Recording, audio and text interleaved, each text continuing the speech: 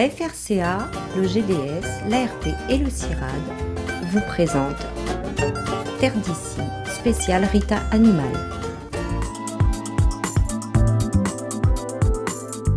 Malgré un ciel parfois menaçant sur la plaine des Cafres, c'est finalement une bien belle journée que tous les participants de cette manifestation ont pu apprécier ce vendredi 1er avril à la ferme de la Cicalée. Ouais, c'est une superbe journée, sup et herbe, parce que c'est vraiment la journée de l'herbe. Et l'herbe, c'est toute une culture aussi maintenant. Car cultiver de l'herbe de qualité pour bien nourrir les ruminants est un vrai métier. Cette journée, organisée par la Cicalée et ses partenaires, est aussi l'occasion d'informer les éleveurs sur l'importance de bien gérer les prairies. Non seulement on peut utiliser l'herbe encore mieux aujourd'hui, mais on sait également qu'on a pris une hausse très élevée sur les engrais de l'ordre de 70%. Et il faut aussi qu'on arrive à travailler davantage avec les effluents d'élevage pour optimiser au niveau des charges, optimiser au niveau des engrais, produire plus d'herbe, de qualité et en quantité. Pourquoi ? Pour augmenter l'autonomie alimentaire chez les éleveurs et utiliser, si c'est possible, aussi moins d'aliments du bétail qui, lui, va avoir des hausses qui vont être phénoménales avec le cours des matières premières. Donc cette journée est la bienvenue. Une journée technique bienvenue qui s'inscrit pleinement dans le cadre de différents RITA, les réseaux d'innovation et de transfert agricole. Là, aujourd'hui, on a une journée qui typiquement représente une belle initiative des partenaires de RITA. On voit, ça représente bien la dynamique de l'ensemble des partenaires qui sont présents dans le RITA. Donc là, on est avec les partenaires dédiés sur la production fourragère. Et donc, on voit aujourd'hui très satisfait de la présence des professionnels. On a également la présence de techniciens et puis aussi, très important, il ne faut pas les oublier, des apprenants, des élèves, parce que c'est les futurs agriculteurs de demain. Des élèves et des adultes en formation, venus nombreux de plusieurs établissements d'enseignement agricole, pour participer à ces rencontres. Une tige très plate, une préfoliation pliée, un pied blanc, un pied tout blanc, il n'y a pas du tout de traces de rouge, comme le régras anglais, il est rouge, le régras, la fétuque est un peu rouge aussi, et il est plutôt de couleur un peu bleutée, avec des grands limbes. Cadeau. Merci. L'objectif, c'est qu'ils aient un apport sur le terrain, en fait, sur la production fourragère.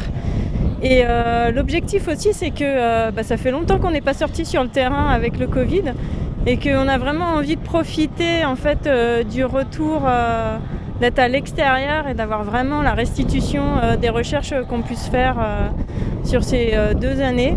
Et puis c'est aussi, en tant que futurs techniciens, les mêler à la profession, en fait, et qu'ils puissent se confronter à ce travail, en fait, de recherche et de restitution. On est très content de participer à ce beau plateau technique qui a été bien fréquenté ce matin et de pouvoir aussi délivrer quelques messages. Dans les conditions actuelles où on voit flamber le prix de l'unité d'azote, les concentrés, aussi bien énergétiques que protéiques, je pense qu'il est important de parler aujourd'hui de réintroduction des légumineuses dans les prairies, d'amélioration de la ration de base et des leviers qui seraient mobilisables pour être plus autonome à la fois en fourrage mais aussi en protéines quand on a besoin d'en acheter.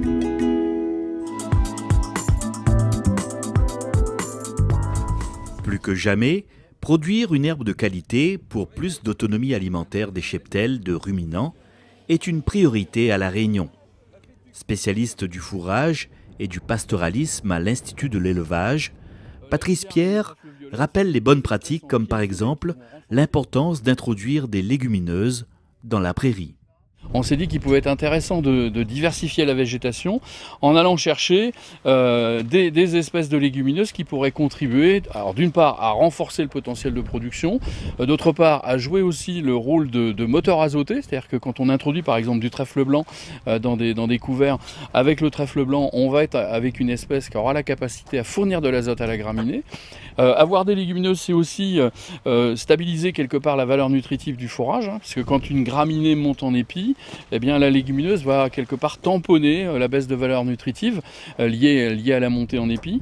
C'est donc tous ces enjeux-là qu'on cherche à apporter et à introduire dans les prairies de La Réunion en diversifiant les couverts avec des bases graminées et en les enrichissant de légumineuses. Éleveurs de moutons à la plaine des Cafres, Jean-Philippe Robert, comme beaucoup d'autres, est conscient de la nécessité aujourd'hui de mieux valoriser les pâturages existants. C'est une insécurité pour nous au niveau de les intrants, tout ce qui est engrais, même donc tout ce qui est matière protéique pour faire la production d'aliments. Il devient important pour nous donc d'occuper nos pâturages, quoi. Mais vraiment de prendre ça avec cœur, d'entretenir nos surfaces, même les abords, que les agriculteurs entretiennent bien pour qu'il y ait un volume de fourrage et travailler au maximum avec de l'herbe. Il existe pour cela des solutions qui permettent aux éleveurs d'améliorer la qualité nutritionnelle du fourrage.